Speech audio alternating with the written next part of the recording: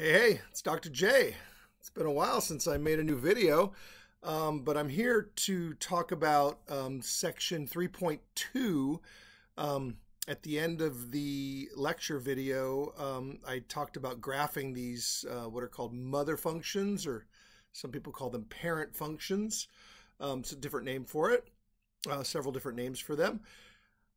So the one thing that I realized after having a lot of Zoom office hours and answering a lot of email questions is that it's different to graph using the Canvas application that I have posted for you guys than it is to just draw it by hand, maybe on paper, graph paper, or like I was doing on the whiteboard. So I want to show you guys how to do that. So make sure at the beginning of chapter 3 you download this catalog of mother functions. There's two different versions. I have the one that's already filled out here, and then I also provided you with a blank version if you want to actually draw them yourself. It really doesn't matter. You're going to be doing all the homework yourself anyway, so this is more of a hands-on way of doing that. So let me get right into it. Before I take too long, I'm going to go through this catalog and show you how to graph the functions in the homework. So let's start with number 20 on 3.2. Let's see if my whiteboard will respond. So this is 3.2 homework. I'm starting with number 20.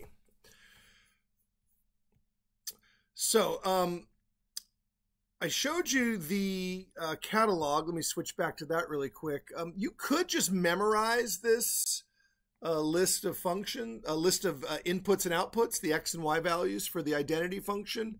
Another name for this function is the linear function, or the linear identity. So number 20 is the linear identity. But so it's linear, or it's also called identity function. And some people say linear identity, some people just say identity, or some people just say linear. There's lots of different ways to say it. But I don't really recommend memorizing the whole chart. It's really not worth the time. So let me show you a much more efficient way of doing it. You should memorize the name of the function, right? Linear, line. So you know it's going to be a line. Identity means identical. It means that the inputs and the outputs are exactly the same. So you don't have to memorize this table. No matter what you put in for x, you put in -2 for x, you're going to get -2 for y, because the function is f of x equals x, right? Also known as y equals x, same thing. So no matter what you put in for x, you're going to get the same value out for y. So that basically means that this table memorizes itself. You don't have to do it. It's self-memorizing, right? So there you go. There's your table. Without having to look back at the handout. So let's get to the homework then. If you look at the homework, starting with number 20, we'll graph the linear identity function. So select the shape. Which one of these shapes is it? Now, even though there's 8 mother functions, there's only 7 graphing choices. So 1, 2, 3, 4, 5, 6, 7. It turns out that one of them doesn't have an option on here. I'll get to that later. So it's the first one here, linear identity. It's the straight line. Okay. So when you look at your table of values, you have this chart here, the x and y chart here. Just pick any pair. I usually start with 0, 0. So start with 0, 0, right? And then pick any additional point. So you only need to graph 2 points for all of these graphs. On my lecture video, when I'm doing it by hand, I usually graph, 3, 4, sometimes even 5 points, but you only need to do 2 here. So just pick any other point. You can go with 1, 1, or you can go with -1, -1. I mean, you can even do a point that's not on the chart as long as it's a true point, right? So for example, 8, 8. That would be on the chart if I were to make the chart much larger. I would eventually get to 8 for x and 8 for y, all right? I'm going to go with 2, 2. So in my chart, I always pick the 0, 0 point. That's just me, all right? It's called a critical value. be talking more about those later.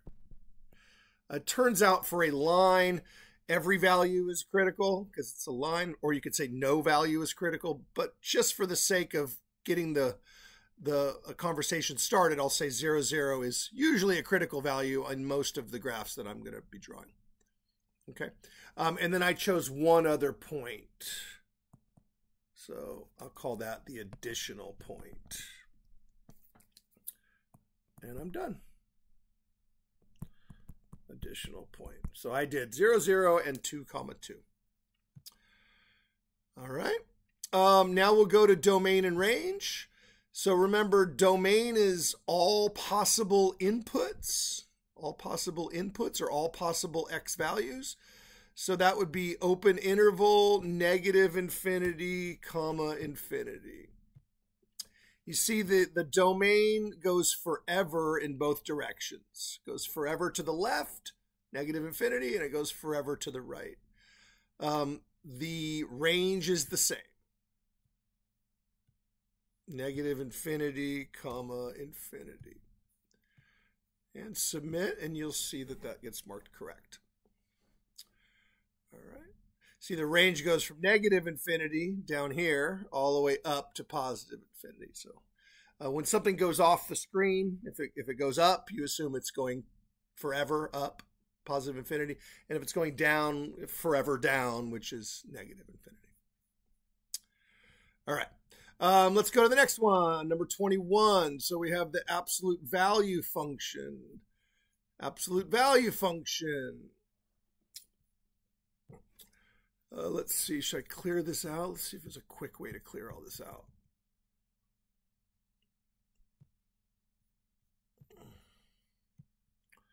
I don't see a quick way to clear it. Oh.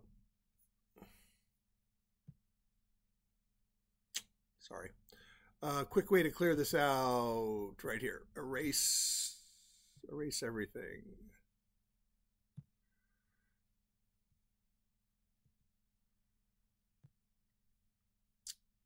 Well, it's not working. Now you know why I do my lecture videos with a real whiteboard, because I am not a big fan of these digital whiteboards. I'm just going to go with a new one. We'll start a new one for each one. Okay, so where were we? Number 21 here, absolute value function. I got a little distracted here. I'm changing the name. Sometimes I call it f of x. Sometimes I call it g of x. I might have mentioned this. The most common names are f, g, and h. Oh, it looks like that's a funny looking g. I think that's actually a q. Q of x. Not a very common letter for a function, but it really doesn't matter. I mention this quite a bit. You probably get sick of hearing me.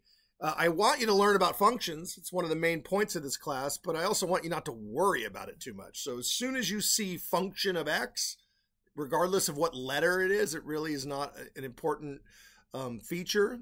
A letter is just the name of the function. So this function is called q. It's still y. I mean, every function, essentially y equals the function of x. All right, again, like last time, you could memorize all the x's and y's, but it's really not that important.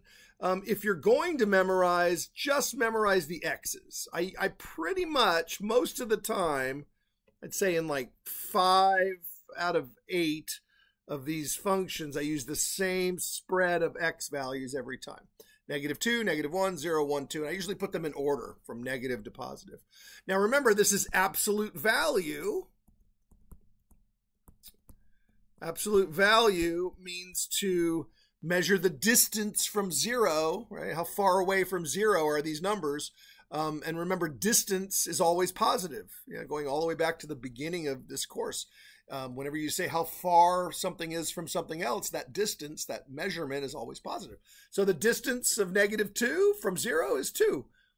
Yeah, I can just do all this mentally. The distance of -1 is 1. Some people just memorize the cute way of saying it. The absolute value always results in a positive output.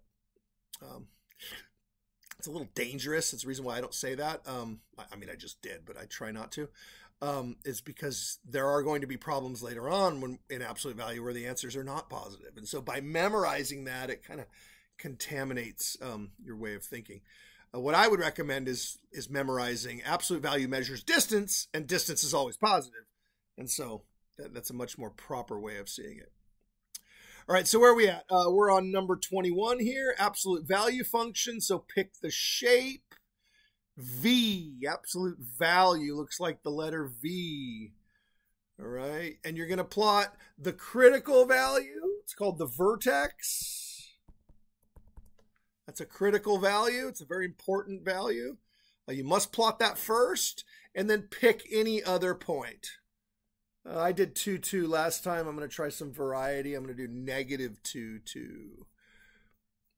So 0, 0, and then negative 2 for X and positive 2 for Y. Okay, so you might notice there is no Y values that are negative. Yeah, let's do the Y. Let's do the range first, just for fun. So there are no negative Y values. However, there is a 0 Y value here. There's a dot at 0, so it's going to be half closed 0. Yeah, because it's touching 0 all the way to positive infinity. That's the range. Sometimes I like to answer the range after I've done the graph. The domain I probably already could have answered. Domain, you can usually know what it is before you've drawn the graph, but range is a little trickier. So I did the range already. Now the domain, look at the X values. Well, the X values go to negative infinity. They go forever left, and they also go forever right. So it will be the same as the first example. It will be negative infinity to infinity, and we get to see that that's correct. All right, moving right along. In this one, we have, I'm just going to start over every time because I learned my lesson last time. This time we have f of x equals x squared. F of x equals x squared. This is called the quadratic function. Quad means square. You don't want to call it the square function. You want to call it the quadratic function, but it comes from the word square. So I'm going to put that in my mind here. You think square, but you write or you type or you answer quadratic. So it's going to be a quadratic function. We could do the domain now, but I'll wait till I'm done. I always do the range after doing the graph.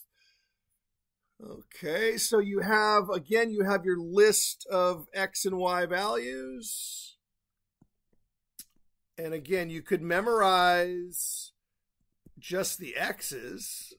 I mean, you could memorize the whole table, but I would say the very least, you should memorize the X's, all right?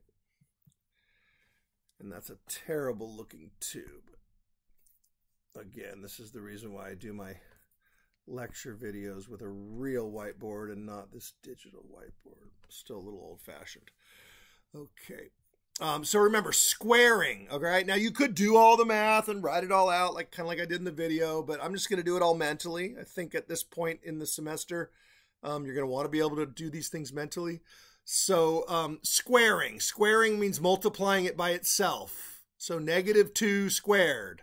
Negative 2 times negative 2 is 4. Negative 1 times negative 1 is 1. 0 times 0 is 0. 1 times 1 is 1. 2 times 2 is 4. Right? And if necessary, when the functions get more complicated, you might actually want to show that work or work it all out. I have a very small whiteboard here, and these are relatively easy problems, so I'm going to get right into it and just start graphing. So again, you want to graph the critical value first. The critical value is 0, 0. That's called a vertex. All right. It has other names. It's also the y-intercept. It's also an x-intercept, so on and so forth.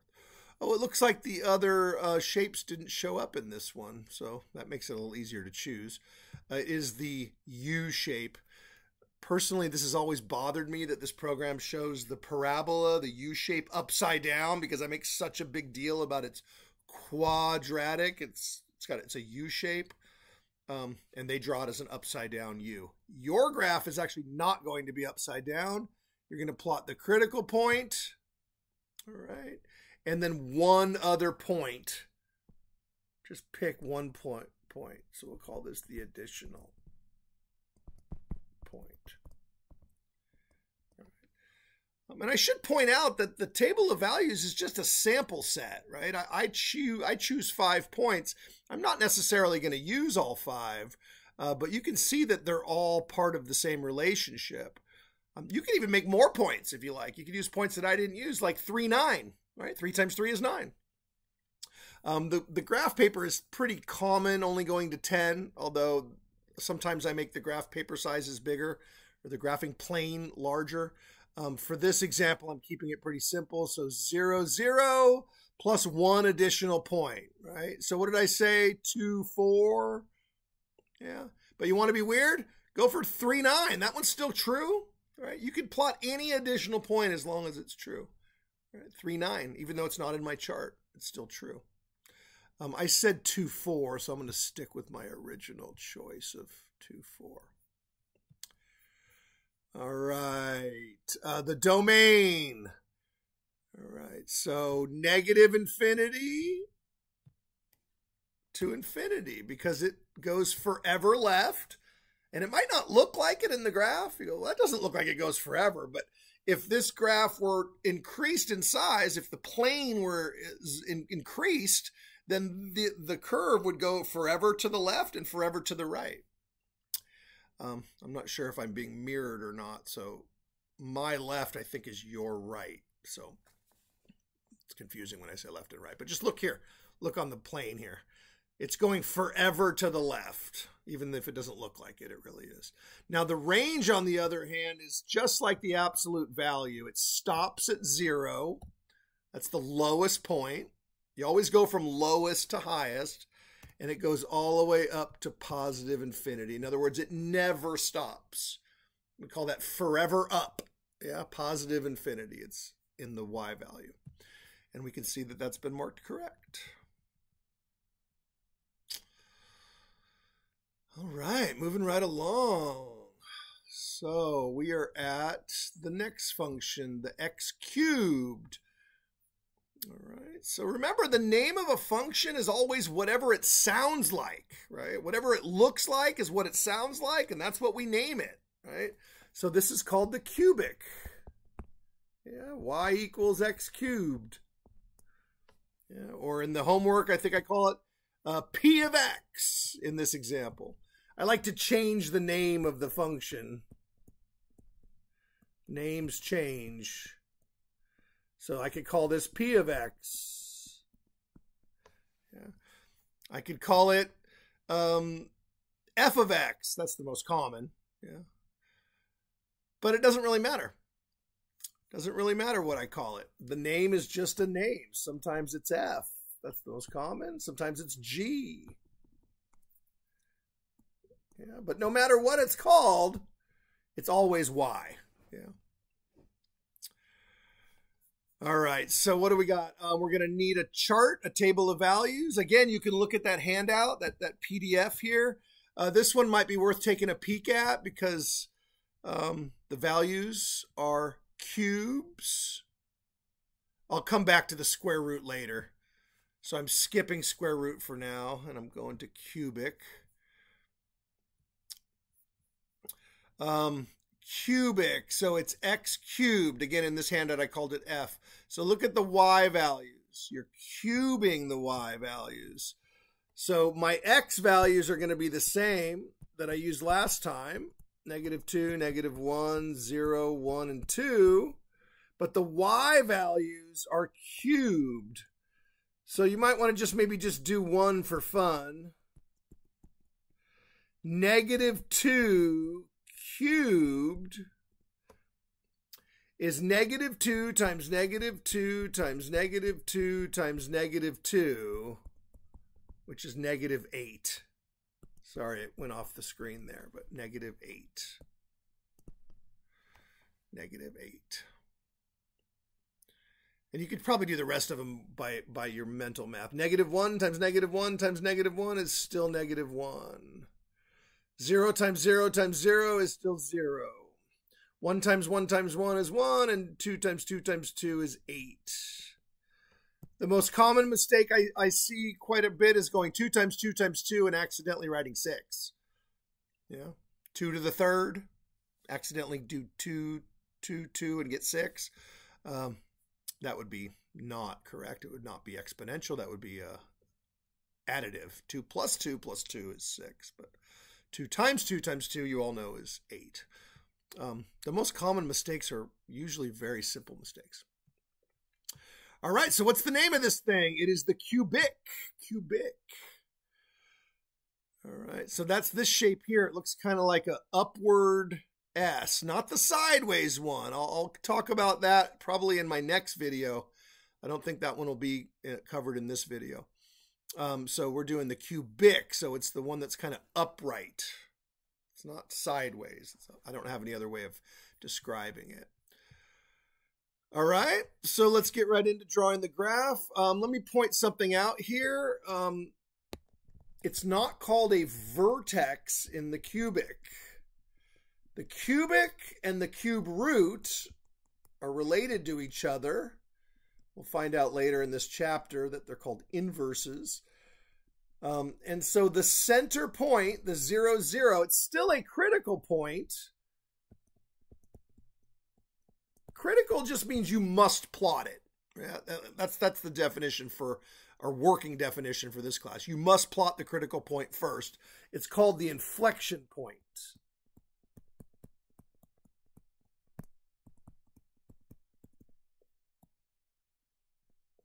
0, 0 is called the inflection point. So I must plot that point first. So 0, 0, that's where it does the little bendy. It changes its concavity. It changes from being concave down into being concave up. At least that's what this particular function does. And now pick one additional point from your chart. Anything you like? How about we'll go -2 and -8. Yeah. Notice I've been avoiding the 1, 1 and the -1, -1. There's not any reason why I'm avoiding those. It's just they're not as interesting. And I like to see the curve, right? So I go -2, -8. I want to just have some variety down there. If I just always use 1, 1 and -1, it just everything might kind of look like a line. That tends to happen when you're doing this on paper.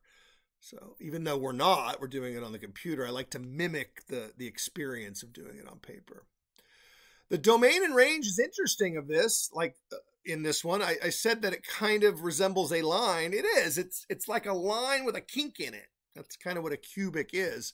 And that kink is the inflection point. It's kind of been bent at that point.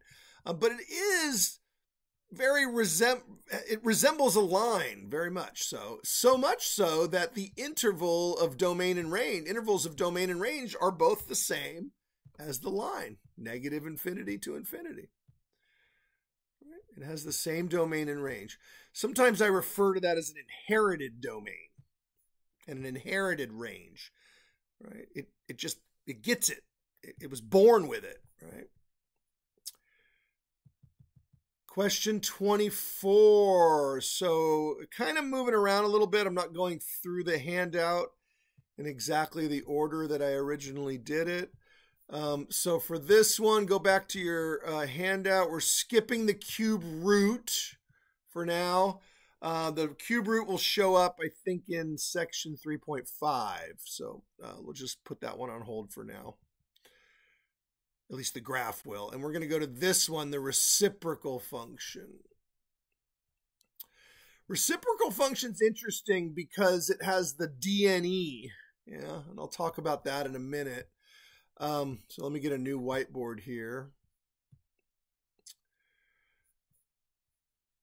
The reciprocal function, another name for a reciprocal is a flip or to flip something over. Yeah, so we say y equals 1 over x, which means y, I read this like a sentence, y is the reciprocal of x. In other words, you just flip it over. So you could do some of these mentally. The reciprocal of 1, right? 1 over 1, that would be 1. The reciprocal of 2, 1 over 2, should be 1/2. I might as well start filling out the chart. So the reciprocal of 2, let's see if that's showing up in my window. Yeah, good, very good. The reciprocal of 2 is 1/2. I'm starting at the bottom of the chart. The reciprocal of 1 is 1. Yeah. Now this is one of the only XY charts or XY tables in which I use fractions for the input, and I do that intentionally. The reciprocal of 1/2 is 2. Yeah. If you really want to do the math, you can show it here. If you do y equals 1 over 1/2, that would be y equals 1 times 2 over 1, which is really silly when you write it all out. 1 times 2 is 1. I'm sorry, 1 times 2 is 2. 1 times 1 is 1. And then you get y equals 2. And so that's how I got this point here, by plugging in x equals 1/2 into the denominator. I will never do that again. From now on, I will just say the reciprocal of 1/2 is 2. All right. Now here's the important one. This is the 0 input. When you plug in 0, watch what happens. Something very bad happens.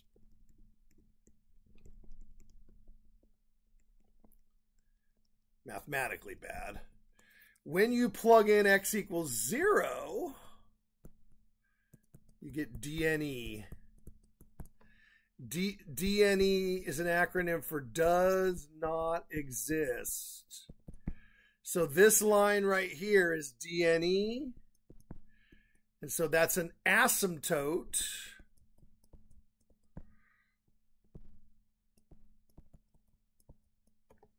Call that a vertical asymptote. All right, vertical asymptote. So a vertical asymptote is like a dotted line. Call that an asymptote, and I'll draw that in a second. Why don't we do a few more points on this chart if you don't have it memorized. If you already have it memorized, you can just move over and start graphing it, but I'm going to assume that maybe you don't yet. Let's fill out the rest of these. So this is +2 and +1/2. I'm going to go to -1/2. Well, that will just be -2. And -1 will still be -1. The reciprocal of -1 is just -1. And then -2 gives you -1/2. There's a very clear pattern here. X and Y are always reciprocals of each other. All right. Let me go ahead and put my headers on here. So there's X and there's Y. So notice they've just been reciprocated. All right, so the critical value is the asymptote.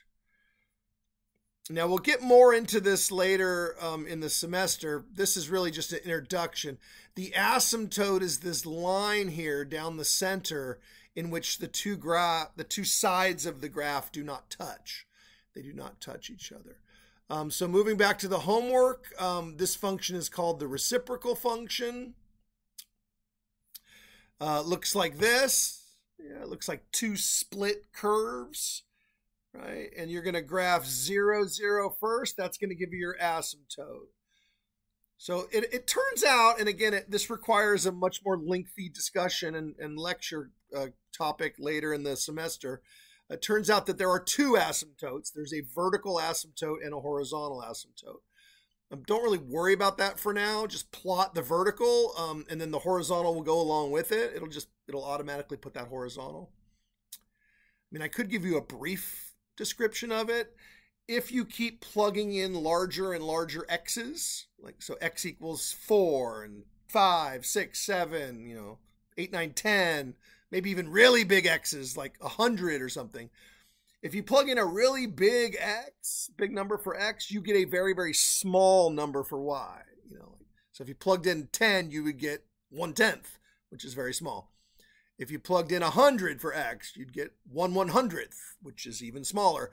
And so that's where the horizontal dotted line comes from. It comes from the tendency of the Y value to get smaller and smaller. But for today, you could just do what I'm telling you to do.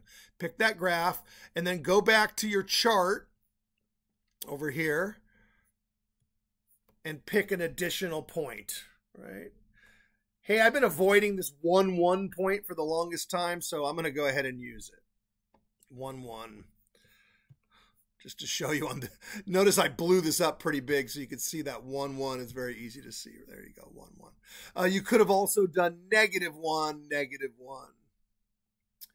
I think you can also do fractions if you really want, just to see if it's possible. You could do a half. Oh, I take that back. Nope, this will not let you do fractions. Perhaps in future graphing sections we'll expand the capability so that you can do fractions, but not today. So this one's kind of weird. This one is probably worth just memorizing. I mean, I'm not a huge fan of memorizing everything. I want you to memorize some things that are very crucial, and other things I want you to just to know how to do them, which is not always the same as memorizing. Just to know the process, and then you get what you get. But this is one of the cases where it's worth just memorizing. It's all opens. Everybody's an open parenthesis, no brackets. A union, and then you have the left side. So that corresponds to this left side of the graph. And then you have the right side from 0 to infinity. So we're going to go domain, interval, -infinity to 0, union, another open interval, 0 to infinity. Oh, and don't forget the comma in the middle there. There you go. So that's your domain. And then the range is the same. It has an identical domain and range.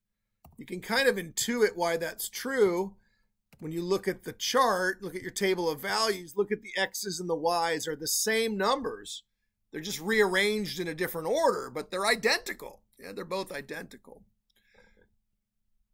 So it turns out that 0 does not exist in either column. There is no X equals 0 and there is no Y equals 0, excuse me. And then I did a quick copy paste there. So these are exactly the same domain and range. That might save you a little bit of time. Okay, the last one for this section is the square root. So from the catalog, I don't think we will ever do the reciprocal squared. I would like to. It's in my plan, but it's just not on the Canvas homework. We haven't been able to find a good tool that enables you to graph reciprocal squared. So, I mean, I don't really want to say cross this one out, reciprocal squared, but you can kind of forget about it. We're not really going to do it. Not until I make some modifications or find some modifications that work for us. So we're going to skip that one. And we're also going to skip the cube root for now. When I first filmed the video for 3.2, the cube root function didn't have a graphing tool, but it has since evolved a graphing tool. So you will see the cube root tool in a later lecture. I believe it's 3.5. So stay tuned for that. So we'll skip that for today. And we will go back to the square root function. We're going to cover this one next. Very important, we call this the square root function because the square is not the same as the square root. And so this one is the square root. The square, we don't call it that, we call it quadratic. That's one of the reasons why we don't call it the square function. We call it the quadratic function, so that it's clearly different than the square root function. Again, I'm going to do domain and range after the example's been finished. We're going to look for the shape. Good, you can memorize the shape here. You could also memorize that the square root function, now this was done in my video. I tried to put negative numbers in for x, and it caused a non-real number or an imaginary number. Yeah, it caused like an I. And we're not graphing i's, right? Not in this class. There's a whole nother course on complex numbers in which you might graph i's, but that's not this class. We learn about them and then we immediately forget about them. So square root function starts at 0, 0. That's one key difference. Yeah. So let's pick the shape. It's the half parabola, half of a sideways parabola. And then we're going to start at 0, 0.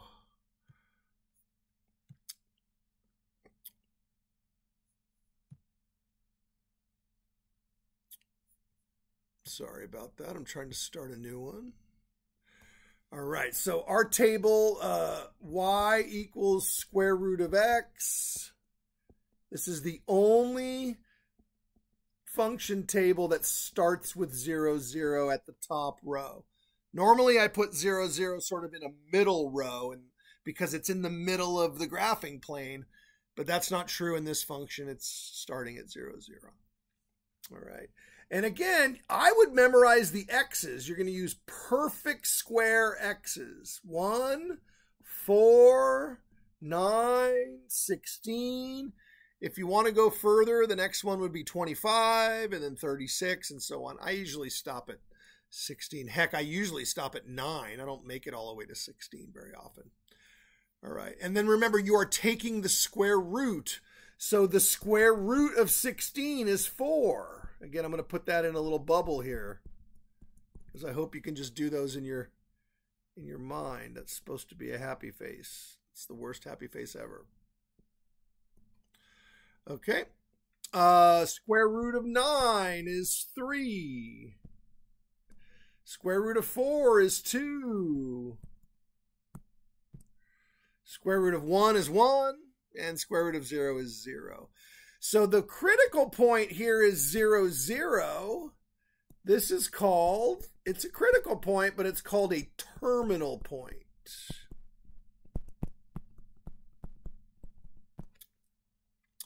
It's called the terminal point. You want to plot that one first and then pick one other point. I'm going to pick 9, 3. So I'm going to go with 0, 0, and then over 9, up 3, and there we go. You could have been lazy and just done 1, 1, right? Some people like to do that. If you were doing this on paper, being lazy doesn't help you because you would just end up with a straight line. It happens all the time in my in-person classes. You guys have the benefit of doing this all online. And so I hope occasionally in your notebooks, I'm not grading your notebooks, but I hope you're drawing little rough sketches of this to really kind of connect the dots, as we say. But there you go. And then this one has an interesting domain. It's similar to the absolute values range, which it is solid or closed. Some people call that solid. It's a solid circle or a solid dot. 0, infinity, and it has the same domain and range. They are identical. So the range is 0 to infinity. Yeah, I would just memorize that one as well. You can kind of see it in the graph, right? There are no negative x's, yeah, none, and there's no negative y's either. No negatives at all. The entire graph lives in quadrant 1. And because this dot is a solid closed dot, it's a closed bracket at 0. And there you go. So the graphing homework is now complete. I hope this was helpful. I will do another one of these quick videos. Was that quick? I guess compared to my lectures, that was pretty quick. I will do another one of these in section 3.5 where we do the more complicated versions of these mother functions. I will see you when I see you. Again, this is Dr. Jordan. I'll see you on the internet.